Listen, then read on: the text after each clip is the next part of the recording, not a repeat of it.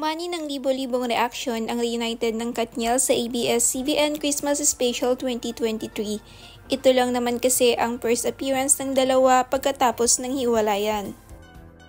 Sabi ng iba, awkward daw masyado kasi hindi pa naghihilom ang puso ng bawat isa. Ang iba na may hinahangaan sa kanilang pagiging professional kasi hindi biro ang trabaho nila sa showbiz. Kailangan umakting pa rin sila ayon sa kagustuhan ng management.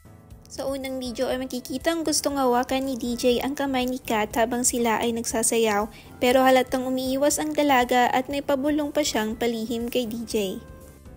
Halatang gusto nang iwasan ni Kat si DJ, nung pumagitna na si Gary V ay laking ngiti na lang ni Kat. Sa pangalawang video naman ay makikitang nag-uusap ang dalawa at nakitang nakangiti si Catherine. Ang mga Katniel fans tuloy muling umasa na baka sila ay magbalikan uli. Sa pangatlong video, pagkatapos ng performance nilang dalawa ay makikitang hinilan ni DJ si Kat. Inalalayan niya ang dalaga sa pagbaba ng hagdan habang hawak ang baywang ng aktres. Makikitang may respeto pa rin talaga sila sa isa't isa. Kahit wala na sila ay patuloy pa rin na ginagabayan ni DJ si Kat.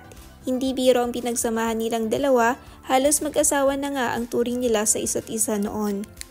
Halatang nasa adjustment stage pa rin ang dalawa. Hindi rin kadaling kalimutan ang nakasanayan nila on and off screen.